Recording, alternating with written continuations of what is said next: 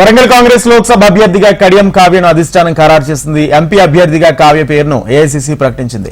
అయితే మరో 3 స్థానాలకు కాంగ్రెస్ పెండింగ్ లో పెట్టింది. ఖమ్మం, కరీంనగర్ తో పాటు హైదరాబాద్ స్థానాలను హస్తం పార్టీ పెండింగ్ లో ఉంచింది.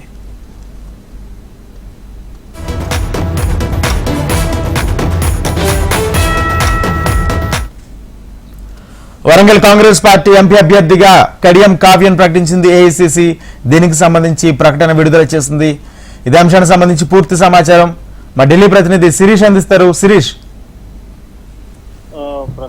ప్రస్తుతానికైతే కాంగ్రెస్ పార్టీ అధిష్టానం కేవలం ఒక లోక్సభ స్థానానికి మాత్రమే అభ్యర్థిని ప్రకటించడం జరిగింది. మరొక 3 లోక్సభ స్థానాలకు సంబంధించిన అభ్యర్థుల ప్రకటన అనేది పెండింగ్ లోనే ఉంది. ఈ రోజు ఉదయం ఏఐసీసీ కార్యాలయంలో కాంగ్రెస్ పార్టీకి సంబంధించిన కేంద్ర ఎన్నికల కమిటీ సమావేశం జరిగింది. సమావేశంలో దాదాపు అరగంట పైగా చర్చ జరిగినప్పటికీ కూడా మిగిలిన 3 స్థానాలపైన ఏకాభిప్రాయం అనేది కూడా రానట్టుగా కూడా తెలుస్తోంది. ఇటు కరీంనగర్, అదేవిధంగా ముఖ్యంగా ఖమ్మం, హైదరాబాద్ ఈ 3 లోక్సభ స్థానాలపైన ఏకాభిప్రాయం అనేది రాకపోవడంతో సాయంత్రం కేసీ వేణుగోపాల్ నివాసంలో ముఖ్యమంత్రి రేవంత్ రెడ్డి, అదేవిధంగా బట్టి విక్రమార్క ఇద్దరు కూడా సమావేశమయ్యారు.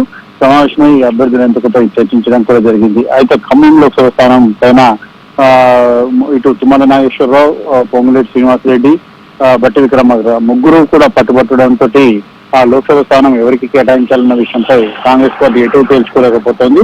మరొకవైపు కరీంనగర్ లోక్సభ స్థానానికి కూడా ఆశావాహుల సంఖ్య అనేది కూడా క్రమక్రమంగా పెరగడంతో దాని విషయంలో కూడా ఏకాభిప్రాయం అనేది కూడా సాధ్యం కావడం లేదు. ఇక హైదరాబాద్ లోక్సభ స్థానం నుంచి అభ్యర్థిని ఎవరిని బరిలోకి దింపాలన్న దానిపైన అధిష్టానం ఒక ఏకాభిప్రాయానికి రాలేకపోతుంది.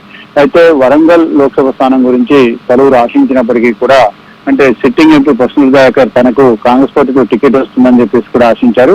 కానీ అతని ఆశలు అడియాసలు అయ్యాయి. చివరికి ఇటీవల కాంగ్రెస్ పార్టీలో చేరిన కడియం శ్రీహరి కూతురు కడియం కావ్యకు కాంగ్రెస్ పార్టీ అధిష్టానం ఓకే చెప్పింది. ఆమె అభ్యర్థిత్వాన్ని ఖరారు చేస్తూ కొద్దిసేపు క్రితమే ఏఐసీసీ అధికారికంగా ప్రకటన విడుదల చేసింది.